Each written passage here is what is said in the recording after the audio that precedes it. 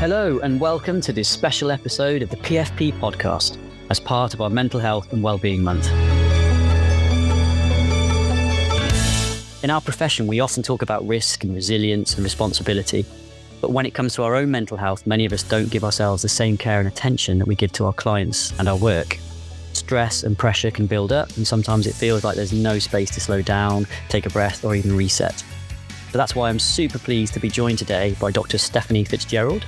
Stephanie is a Chartered Clinical Psychologist and Neuropsychologist, and she's also the author of several brilliant books on stress, resilience and well-being, including Reworked and The Gifts of Winter.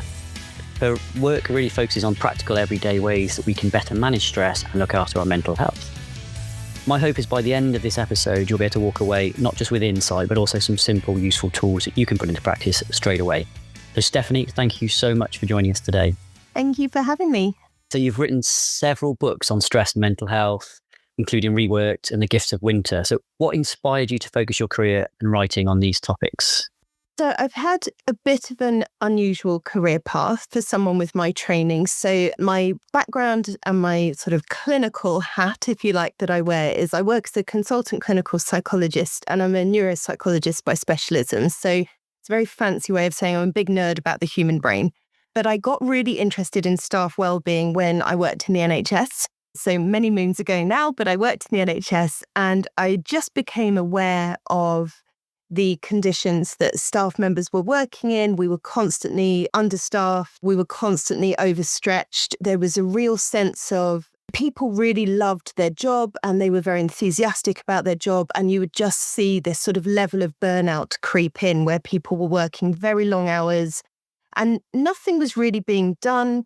And there was an assumption that your work, if you worked in the NHS, was almost a vocation. So it was self-fulfilling and you just loved everything about it and that would take care of your well-being. And then there was a government-wide initiative at the time asking public sector workers and sort of frontline workers, how can we save money?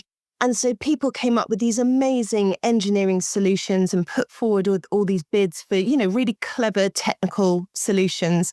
And I put forward a bid for a not very technical solution. And I said, I think if we took better care of our people, we would save money. So my idea was if we took better care of our doctors and nurses, we'd reduce sickness absence, we wouldn't have to pay locum or bank staff, and that patients would get better quicker and be less likely to return with problems. And I was the only person in the UK that put forward a bid that focused on people rather than tech. And they came back and said, yeah, sure, here you go. Here's your bid money, which I think at the time was something like £5,000, which seemed a small fortune at the time. And they said, you've got 25 weeks to prove it. Off you go, which was hugely daunting. But I had an amazing supervisor and a great team. And we just focused on low cost or no cost initiatives, really supporting staff wellbeing. And spoiler alert, but it has been well proven that if you take better care of doctors and nurses, patients get better quicker, people are happier at work and they're healthier, and you are much more likely to enjoy and stay engaged in your job. And once I saw that impact, it made me realize that actually workplace wellbeing was an area I really wanted to specialize in because pretty much all of us have to work and we spend so many hours at work. And I just had this real belief of actually, if we have to work because we have bills to pay and we need to put food on the table and all that good stuff, then we should be happy, healthy, safe and engaged at work.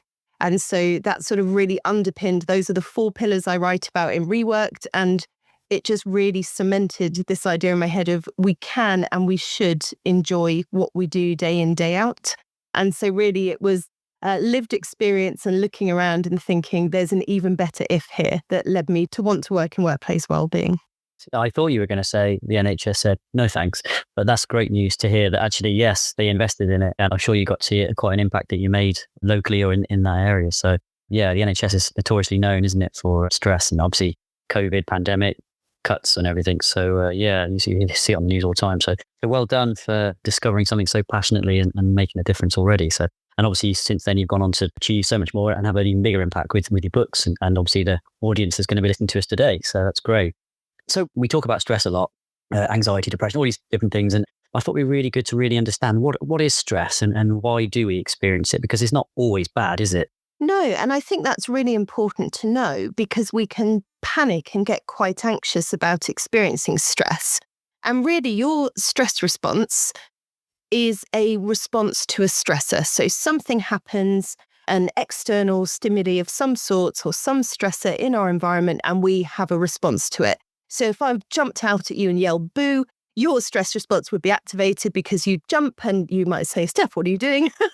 But typically then you might experience an increase in heart rate. You might feel a bit hot and flustered. And then your stress response would start to calm as the stressor disappeared. So once I've walked away, you'd think, phew, I don't have to deal with Steph jumping out at me anymore. So that's just a very silly example. But what can happen in work, for example, is sometimes we have chronic, unmanaged, ongoing stress. And sometimes I liken that to a treadmill. So it's almost as though we get on the treadmill at work and we have quite a comfortable pace and, we're just ticking along and everything's fine. And then clients or our bosses or our colleagues walk past and they just press the speed increase button just a little bit. And so then, you walk a bit quicker and you're okay, but you're struggling a bit, but it's manageable. And then someone else presses it and then someone else and someone else. And before you know it, you are sprinting to keep up with unreasonable demands at a pace that is unsustainable. And your body starts to feel, genuinely you start to become fatigued. You start to feel out of breath. You start to lose energy, all this stuff. And that's very similar to what happens physically in our bodies when we experience stress. We have this very strong stress response. And when we are not taking good care of ourselves and we don't manage the stress, because again, it's just our body's reacting to a stressor, it's doing what it's meant to do. But when we don't manage it, that's when actually we can lead to burnout. So I think it's really important to not fear stress and to recognize, oh, hey, my body's doing what it's supposed to do. This is a natural response to a stressor. But if we're experiencing that stressor in an unrelenting way, day in, day out in our work, then we really need to address, okay, this is becoming unmanageable. How can I start to support myself? I think the treadmill is a really good way to explain it. And actually it makes total sense. I think if you haven't already used it, you should use that. That's really good. And I like that, a manager comes along and presses speed a little bit quicker and someone else, I think most people could relate to it that way, actually. So I know in your book, you talk about the sympathetic and the parasympathetic nervous system. And I've read about it a few times, but I'd love it if you could explain what is it, what's it there for and what's happening when we get stressed. Yeah, so it's a really useful one to understand because I think if you understand your sympathetic and your parasympathetic, you can make sense of what's happening in your body. So your sympathetic nervous system is the one that gets activated by your stress response. And despite the name, it is not as nice as it sounds. So your sympathetic nervous system, if you like, is the loud, noisy child of your brain. And the parasympathetic is the calmer down. It's like the parent. So there's an analogy that the sympathetic nervous system would scream, there's a snake in the road. And your parasympathetic nervous system would say, calm down, it's a bit of rope. Yeah. So it's that kind of very reactive, very loud, very sort of out of control part of us is the sympathetic nervous system, and it's your parasympathetic nervous system that's also known as your rest and digest state. So it's the nice calm part. And ideally, your brain wants a bit of both. It wants to experience a balance of both. But when we're very stressed, it's your sympathetic nervous system that gets activated. And that's things like your heart rate increasing, that's your palms sweating. It's very common to experience symptoms of IBS or bloating, digestive discomfort. And that's because when you're stressed, your body's not interested in processing food and finding slow release energy. It's not interested in that at all. It's on a kind of threat alert mode. So it's interested in survival. And that's a very ancient part of our brain that sort of activates that. And it's really challenging because you have the same response if a lion comes in the room or if you're reading a difficult email. And there's no way to say to your brain, I probably don't need this level of reaction to, a stroppy email from a client as I do if I'm being chased for my life. So there's something very sort of challenging about our sympathetic nervous system. And again, it's not to be feared. It's your body doing what it's supposed to do. It's your brain doing what it's supposed to do. But it's just an uncomfortable feeling. The kicker with stress is that it activates your sympathetic nervous system and it squashes your parasympathetic nervous system. So when we need it the most, when we would really benefit from a bit of calmness and zen in our nervous system, our parasympathetic nervous system tends to be squashed. Now, the good news is we can manually activate it quite easily. But remembering to do that when we feel very stressed can be quite hard to put in, which is why things like mental health practices and eating well, sleeping well, exercising, all those sorts of things are just very good for finding that state of balance. Because even though it sounds lovely, we can't live in parasympathetic mode because we'd never get anything done. We need our stress response to give us a bit of a boost and motivate us and make us feel good. But we can't live in sympathetic because actually we'd never sleep. We'd always be a bit wired. We'd always be a bit switched on and we wouldn't calm down. So we need a bit of both. But like I say, when you're very stressed, it's quite hard to feel relaxed and you almost have to manually introduce that to your brain to remind it like, oh yeah, this feels good.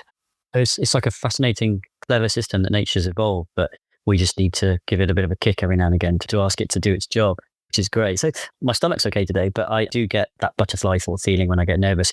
What's going on in the gut there then? How does that? Well, so your stress response, when your sympathetic nervous systems activate it affects something called peristalsis, which is the muscular movement actually through your intestine and through your bowel. And so what happens really is when your stress response gets triggered and peristalsis gets impacted, everything should move with a very nice, smooth rhythm through your system. So, everything's just sort of being digested and processed and it's all lovely. When peristalsis is impacted, without meaning to be too crude, either nothing moves or everything moves, which is why sometimes if we're very nervous or it's very common, for example, if people are attending something very emotional like a funeral, they can really struggle with stomach upsets. They can need very frequent trips to the loo. Actually, the same happens with our bladder. We can sort of lose this ability to inhibit our bladder or to sort of have proper bladder contraction. And so then we constantly need a nervous wee. And again, if we're not really tuned into our stress response, sometimes we don't match the two. So often people who have really strong symptoms of IBS or digestive issues, bloating, discomfort, maybe some food intolerances, they're not necessarily being told by medical professionals to connect the dots with stress. But there's no doubt that stress will absolutely exacerbate those symptoms. I think most people will experience some digestive discomfort and that then can impact appetite. So some people are stress eaters. So I'm definitely a stress eater. I raid the fridge if I'm stressed. But some people cannot tolerate the thought of food at all and they can go quite a long time just feeling a bit nauseated and the thought of food just puts them off and so they might pick or snack. And again, that's not great for your digestion. That's interesting, actually. You've just reminded me when I was 17, 18, I think I was doing my A-levels and I was suffering with it and they said it's IBS, irritable bowel syndrome. And they gave me some medication, but the doctor did say to me at the time, you sure you're not worried about anything? And I remember sort of thinking, I'm not worried. I'm really happy. I'm outgoing. But interestingly, there's so much more spoken about now. But it's great that even a few years ago, the doctor was actually saying, is it stress? It can be linked to stress. It can be worry. So I guess it's been known for a while that it probably was something that I was on my mind without realizing it. Here's a good question then. So is there evidence to say that we are getting more stressed, either as a workforce or as a society? Yeah, so there's certainly evidence suggesting that we are experiencing more stress, more feelings of overwhelm. And I think there are lots of factors that contribute to that. So you've got a lot of global stuff, if I can put it that way, without meaning to diminish it, but a lot of global events that are going on. And none of them have really resolved. We haven't had any end point to them. So if we think about, for example, the COVID pandemic, we're still seeing ramifications and follow-ons and things 5 years on. We're still seeing people who are still managing symptoms of long COVID, but also lots of price increases, cost of living crisis, job uncertainty, ways of working. All this was impacted at the time, and we're still seeing that continue. And then we had lots of global traumas with things like the situation in Ukraine, which again has had no sort of closure or end point. We've seen some interesting developments in global leadership, I'm going to put it that way. And we've seen some really disturbing changes in sort of more extreme political view that's, being presented, which is leaving a lot of people very anxious. And then we've got things like climate change and we've got all this anxiety around us. And we've never really been so flooded with global events and they've never been so tangible to us because now we have 24/7 news. We can connect with people in those countries. We've got really good accessibility to what's going on around us. which is fantastic, but also has a downside in that we have no break from these things. And it has felt like one thing after the other has piled on top rather than, oh, I've dealt with that, I closed that out and moved on, and now I've got something else to deal with. It feels very multi-layered. So we're really seeing the impact of that on people. And I think as well with work in particular, there are huge concerns around job uncertainty, and particularly with the rise of AI and things like that. We're seeing a lot of AI anxiety, and that's having a real impact. Yeah, it's talked about quite a lot in our profession, but no one's really got the answers yet of how it's going to look or what to expect. And no one can say, don't worry, your job's safe. And no one can say, your job's going to be gone. So you can understand, I suppose, and it's all subconscious as well, isn't it? We're not necessarily always thinking about it, but it's in our brains, and I suppose it leaves an impact. So obviously, speaking about sort of how much is going on now, there's so much more distraction. I'm going to ask you about social media, but I mean, I know there's a bit of a rise in perfectionism. I read something about since the 80s, it's been on the rise where celebrities and magazines that people read. So you're constantly being bombarded by the perfect body, the perfect life, successful people. And that's a really interesting story. So my next question is really, how do smartphones and social media affect our brains and our stress levels today? So it's a really interesting situation. And I always smile when people talk about their smartphone, because your smartphone is not making you smarter. So it's like a really interesting name that we've given it, right? Because we make it sound as though our phones are super smart, super intelligent. And actually, there is a lot of evidence that says we are rewiring our brain in an unhelpful way. So outside of the books, last year I published an article that was called Why Your Smartphone Means You Don't Have Clean Pants. And it was basically talking about the way that our smartphones work, and particularly social media and social media apps work. One of the things that they change is our dopamine receptors. And we need our dopamine receptors to sort of work in line with our brain because it's how we get a reward for doing something. Now, the trouble with our smartphones is that we can get dopamine at any point of the day.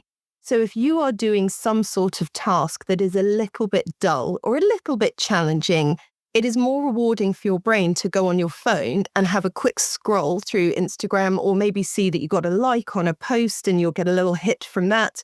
Whereas before, you used to maybe get some dopamine from doing a good job or finishing a task, and you'd have a sense of achievement and a sense of satisfaction. And our brains are very, very efficient. So they will go to the quickest path. They'll follow the quickest route to happiness. So they're not interested in future you and, well, this would be really good for my career, or finishing this complicated task would help my team. Your brain is interested in, I would like some dopamine now, please. And so the more we sort of mess with those dopamine receptors, the harder it is to find satisfaction in everyday life. And so what that means is that sometimes we need more stress to make us do anything. So we may need to be late before we leave the house. Okay. We may need to be right up against a deadline before we meet it. We may need to run out of clean pants before we do our laundry, hence the name of the article. So there's this sort of feeling with our phones that, we've never been more switched on and more technologically advanced. And I would argue we've never been using our brains in a less helpful way. And there is a lot of evidence that shows we're actually rewiring how our brains work by using our phones. And I think for me, the bit that I find really worrying, but again, quite telling in the name, is we talk about social media's users account. So you might say, oh, what's your user account for? And that is the language of addiction. So addicts are users typically of whatever it is that they are addicted to. And it is safe to say that we are well and truly addicted to social media. And you see people suffer symptoms of withdrawal when they try and come away from it. And that is because they are literally programmed to engage your brain in the strongest grip they possibly can in order to keep our attention. And so actually the best thing you can do for your brain is to give yourself a break from your phone, and that includes social media. But it's also one of the hardest things to do because we're all users and we're all addicted. That's really interesting. So tasks that maybe didn't excite us necessarily now will seem even more boring because our brain, our dopamine levels have been affected by social media phones. That's really interesting, isn't it, actually? So maybe that the job's not got worse. It's just that our brain sees things differently now. So that's really interesting. I think you put it in your book about there's a CEO from Silicon Valley came out and apologized to human race, didn't he? For he was one of the founders of the scrolling algorithm or something. Is that right?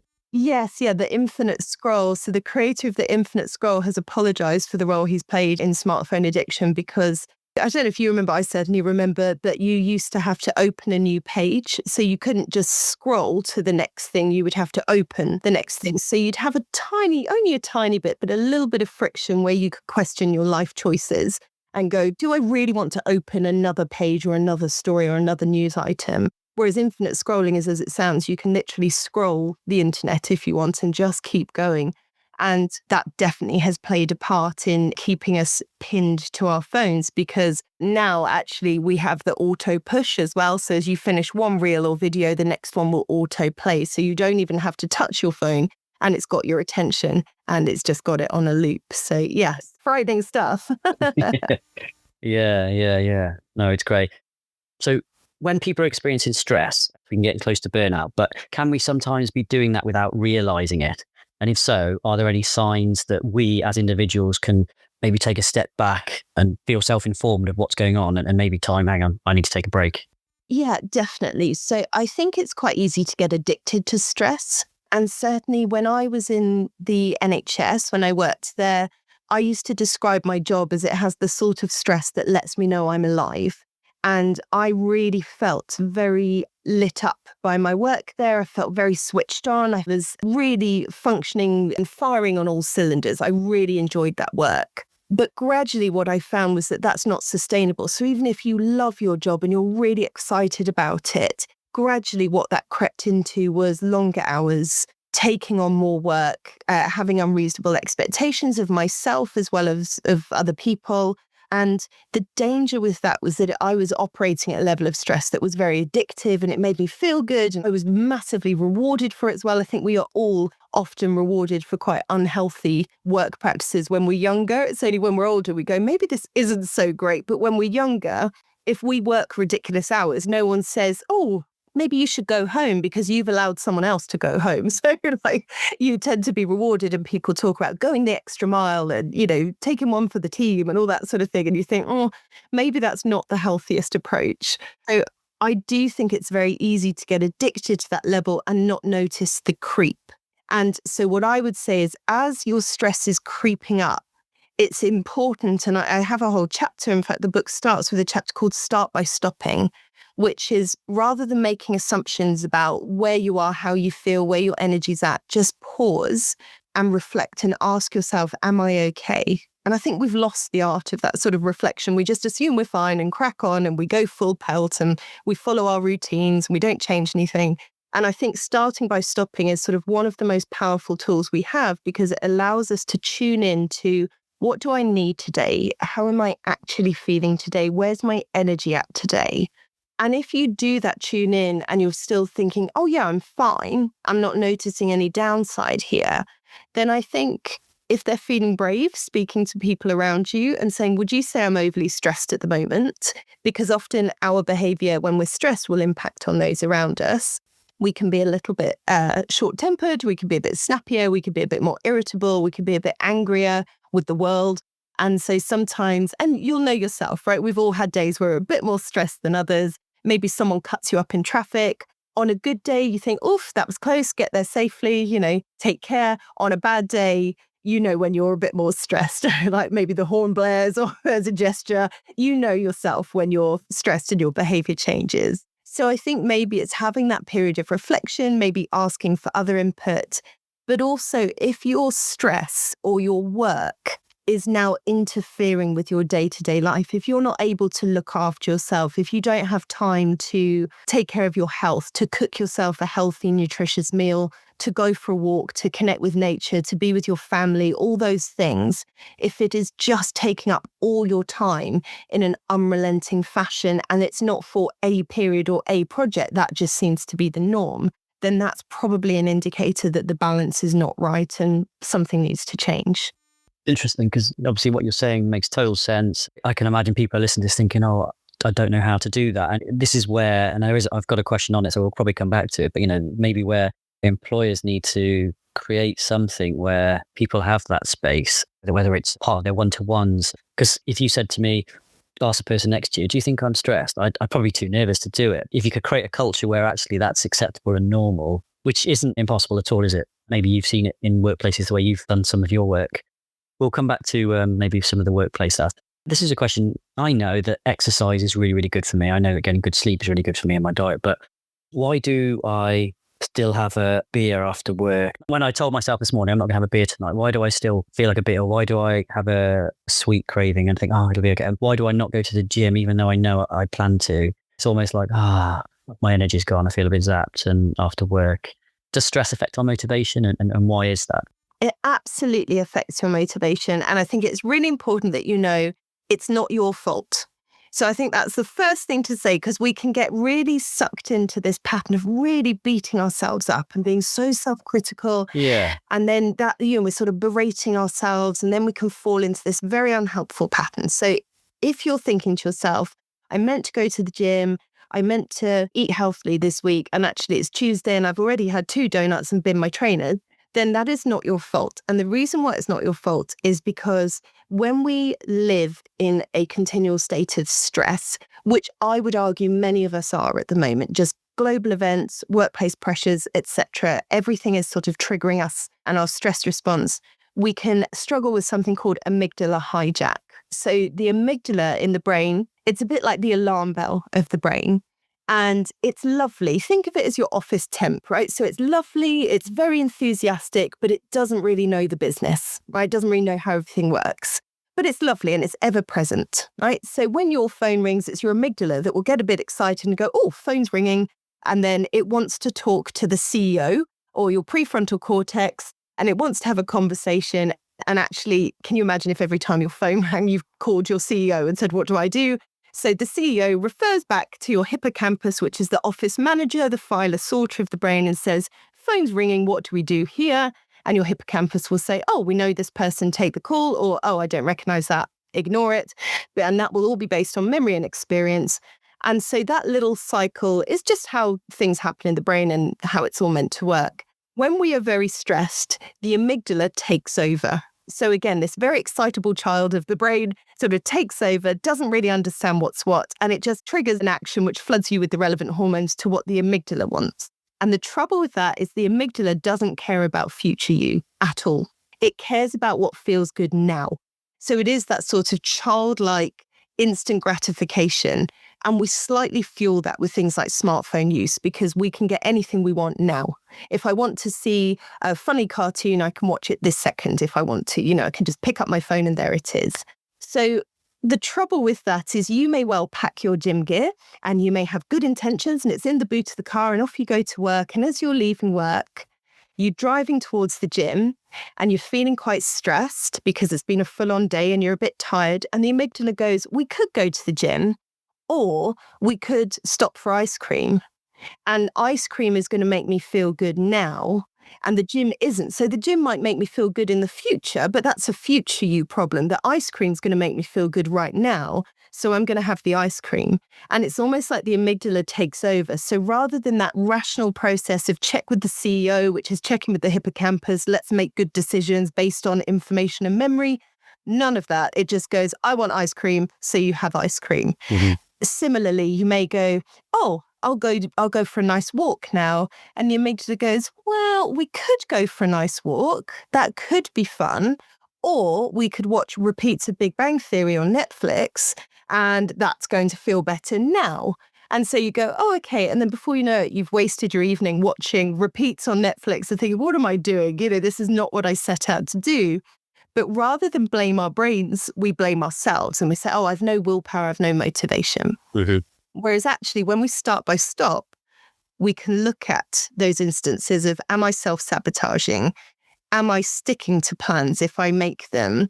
Am I keeping up with health and fitness activities that I intend to do, but finding myself derailed at the last minute? Those would all be indicators of, there's a little bit of amygdala hijack going on here. So maybe I need to pay attention and calm down my stress response so that I can make better decisions for future me. It's interesting because I've read a few times about how the world has changed, and now with Amazon, for example, you can order something and have it that same day. So everything is at the touch of a button, whereas, once upon a time, we had to be patient. We didn't have a choice. So I don't know whether that is linking into it or not, but it can't help. So thinking about our colleagues around us who might be suffering with stress, is it always obvious to spot? And are there any signs that we should be aware of in case we want to help our neighbour? I think it's really important to know that stress in the workplace does not look like stress outside of the workplace. So if you and I were in the pub and we were meeting for a drink and I was stressed, I can come into that pub and I can go, Tim, this happened on the way here, and I can be a bit loud and I can be a bit aggressive and I can gesticulate whilst I'm telling you the story, and I can really let rip because I'm not in a professional setting. Mm-hmm. But would I do that if I came into the workplace? Now, we probably all have colleagues who do that and come in and slam their bag down and start, telling you about their journey and or whatever. And that's fine. But I would argue that they are not as stressed as the colleague who comes in, eyes down, head down, doesn't talk to anyone, just gets on with it, is maybe late or just on time to meetings and leaves the second they're done, no socializing, completely withdrawn. Mm-hmm. Because actually I find that when we're stressed, sometimes we're just trying to keep our head above water. We can feel as though we can't do anything extra. And so it may be that your colleague who is sitting quietly in the corner, just eyes down, head down, getting on with it, not engaging with anyone, not complaining, not telling everyone how stressed they are, may be the most stressed individual within your team. And I think that's really important to know, because once we realize actually maybe there aren't all these visible, cues, it's not socially acceptable to have a big blow up in the office or, have a massive rant and F and Jeff. Maybe it's not cartoon stress that we're going to see in the office. Maybe it is just people just trying to keep their head above water and just getting on with the job in hand and not saying anything. That's why we have to have open conversations and we have to ask people, because if you were to ask someone, are you okay? This project seems a lot. Are you keeping up with it okay? How is it impacting you? Are you still able to take good care of yourself? Where's your stress right now? That's going to get you a very different response than glancing over and going, oh, they're all right, they're just cracking on. So I think there are definitely things that we can do in a workplace that foster a very natural environment of checking in. That's starting by stopping, acknowledging when we have projects. Yeah. Wow, this is going to be quite full on. This is a big project, or this has got a tight deadline, or this client's known to be a bit tricky. I mean, we've all got a few, So I think there's something around being able to openly acknowledge this may have an impact on us. And that doesn't mean there's anything wrong with you. Yeah. But let's acknowledge that there may be an impact on our stress levels that we have to manage. I think that's a very healthy approach to stress within the team, rather than assuming the person who's loudly complaining is the most stressed and the quieter ones are absolutely fine. Does that make sense? Yeah, no, it does. Yeah, it's really interesting, actually. And it's got me thinking about people I work with. Like, this is the thing, we all say, hello, how are you? We always go, yeah, fine. And you're thinking, well, are you really?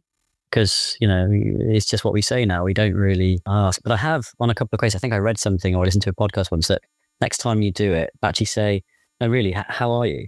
What's going on? And I have done it on a couple of occasions, but some people aren't comfortable. But I did have a couple of really good conversations with the people. And it was a while ago now, so I haven't done it since. So maybe I could try and do it more. But all of a sudden, you're able to share something that actually someone else can completely relate to, and actually they feel better because someone else has got an issue. It's so important. I think asking twice is a really good skill for people to develop, because you're so right. Like, I'm half Irish, and my Irish family will say, how are you? As a greeting. They're not asking, how am I? It's just literally, how are you? And I think there's something about, as you say, if you ask someone, how are you really? Yeah. Or even just, hi, are you okay? Yeah, you okay? Yeah. That's what we do. Whereas if you say, are you okay? Because I spotted that you've had this really hectic week, or my goodness, you've been nonstop. We haven't had a chance to catch up. How's everything going? Yeah. What you're saying to that person is, I'm genuinely asking. I'm not doing a, how are you? I'm actually asking, I want to know, and I'm giving you permission to tell me if you're not okay. Now, as you say, you might ask some people twice and they're like, yeah, no, seriously, I'm grand, like everything's fine. Or it might be their opportunity to go, do you know, it's funny you say that. This week has been a lot. And then before you know it, you're into the actual chat. That's really interesting. I suppose it's just that little check-in, which could be quite a simple exercise, I think. I don't know.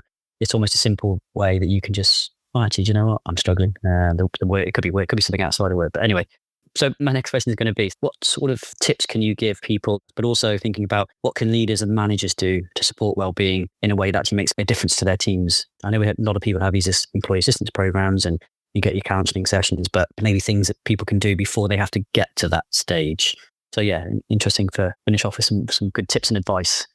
Yeah, so I think just because you mentioned there the EAPs, the employee assistance programs, I think it's really important that people realise as well there's so much more than just counselling. So often EAPs can offer advice for managers. If they're supporting someone else, they can get their own level of support, and they can support you with things like managing a return to work if someone's been unwell, and they can work in conjunction with occupational health. But also EAPs can often offer free legal advice. So if you're in a dispute with your neighbour about them parking in front of your house, or if you got Reading Festival tickets and it turned out it was a scam and you need to work out how do you get your money back, often all these things have been paid for by the EAP, but people don't utilise them. So I've known people use the EAP to get out of a parking ticket that was, just put there as a bit of a scam, or some of these parking companies kind of try their luck, don't they? And that's the kind of thing that can cause real stress. And we bring it into work and we get really stressed about it. And we don't think, oh, actually, there's a resource that's already been paid for, that's free for me to use, it's completely confidential. I've got great access to this. So I just wanted to mention that because I think that could be a really practical thing. No, that's great. And I think if you're a manager as well, call the EAP and say, hi, I'm a manager. I'd like to be able to recommend the EAP. Can you tell me what you can offer my team? And then before you know it, someone has given you a bit of a quick breakdown so that you know what you're recommending. But also, if you're a manager, you should have called the EAP so that before you just give out the number, you can say to someone, when you call, this is what will happen. Because so many of us are quite phone anxious now because we don't use the phone very often. So the thought of phoning an anonymous number and being asked, well, what's your name and where do you work? People think, why? Who's spying on me? But actually, it's what's your name so they know what to call you. Where do you work so they know what level of EAP is being paid for? And that's it. No one's kind of monitoring that and feeding it back secretly. It's just any data from EAPs is anonymized and amalgamated and all that good stuff. So I just wanted to highlight that. But in terms of practical things that managers can do, I think when people think of workplace well-being, they tend to think, lettuce in the canteen, yoga on the lawn, bit of a mindfulness app, tick, tick, tick, and it's job done. And I think actually there is some basics that we can put into workplace that just alleviate so much stress for people. So good, clear communication about what's going on at work, acknowledging successes, offering thanks and gratitude. It is amazing the difference. I mean, the research on gratitude and just displaying gratitude at work. So saying thank you to someone who's made your day a little bit easier or who's made your job a little bit easier, someone who's supported you. So often we can reach out for support, get it, the task is complete. And we might go, oh, cheers for that. But actually, how much more meaningful is it to send an email just saying, thank you so much, really appreciated your support, wouldn't have got there without you. That can really be the difference between someone having a great day or a terrible day. And I think there's what's beautiful about that is it's free, right? It doesn't cost us anything but a few moments of time. But we probably all remember a client or a boss who really thanked us for something. And often we think of financial reward and incentive, but that's only felt once. Mm-hmm. So once you give someone a financial reward, all that happens is they'll want that the next time. So that's not to say don't reward people financially, but know that that's not the same, whereas a thank you kind of stays with people. So I think in an ideal world, we could do both. But I think it's really nice to know that if you haven't got the resource to financially support people, actually a thank you is really valued. So I think recognizing successes, I think celebrating successes as a team, because again, we can go problem to problem to problem to problem. And we're just so busy firefighting that we don't actually reflect and go, well, we did that together as a team. And that was really impressive and really enjoyable. And I loved working with you and all this kind of good stuff. So I think celebrating successes, really, really clear communication. So really understanding, I guess, what's going on in your company and reiterating why your role matters. You want people to stay engaged in their role. And I've certainly worked with people at a very senior level who will say to me, well, I just push paper around all day. Or I spend my day on Teams meetings, but I couldn't really tell you what I achieve. And that's so depressing. And they're so disengaged from their work. And of course, when we're disengaged, that's where accidents happen. And I specialize in what's known as safety critical industries. So these are where health issues are safety issues. And if something goes wrong, it can go really wrong. And if people are disengaged from their work and they just don't care, that's where mistakes are made. That's where accidents can happen. And I did a lot of work in manufacturing and engineering, and that's where people can be quite badly injured. But I've also done some work with things like atomic weapons and civil aerospace. So if people are disengaged and not caring about their job there, then the results could be catastrophic. So it's really important that we're trying to keep people engaged, that they understand the purpose, the role that their particular role plays in the bigger picture, and also creating an environment of psychological safety. So not punishing people for coming forward with mistakes and just taking some team learning from them and accepting we're all human, we're all going to make mistakes and that's fine. And actually it's far better to admit and learn from them than it is to try and hide them and pretend they didn't happen. Yeah, I read that in your book, that psychological safety. I really like that. I think back at the places where I've worked and how many of them do I feel safe to share an idea, because I'm not naturally extroverted or super confident. But there's been times when I've got really good ideas and then I'm really nervous to say anything. But if the environment felt safe and you could be encouraged to share ideas and also, or even feedback on something, you might have a really great idea about something that we could do so much better or we're doing wrong. Thank you so much. It's been really, really good. I love the fact that you've explained what stress is. We've gone into a bit of detail about the parasympathetic nervous system. So hopefully we can go away knowing a little bit more about what's going on in our body. There's some tips there about things that we can do about it, including for managers. And it's been absolutely fascinating talking to you, Stephanie. I'd love to have you back again, and maybe we can talk about one of your other books in the future. And I'm sure the audience would love to hear more from you. So it's been absolutely great. Thank you so much for joining us today. Thank you so much for having me. Thank you. Oh, thank you so much to Dr. Stephanie Fitzgerald for sharing her wisdom and experience with us today. I think one of the biggest takeaways is that stress is something we all encounter, but it doesn't have to control us. With the right tools, small habits, and a shift in our mindset, we can all take steps to protect our mental health and build resilience in our everyday lives. I hope this conversation has given you something practical to take away, whether that's a reminder to pause and breathe in the middle of a hectic day, or perhaps a new way of looking at those tougher seasons in life as opportunities for renewal. This episode is part of the CII's Mental Health and Wellbeing Month, where we're focusing on resources, conversations, and insights to help support you both personally and professionally. And you can find more information and resources on the CII website. Thank you so much for listening. And until next time, take care of yourself and of those around you. Bye-bye.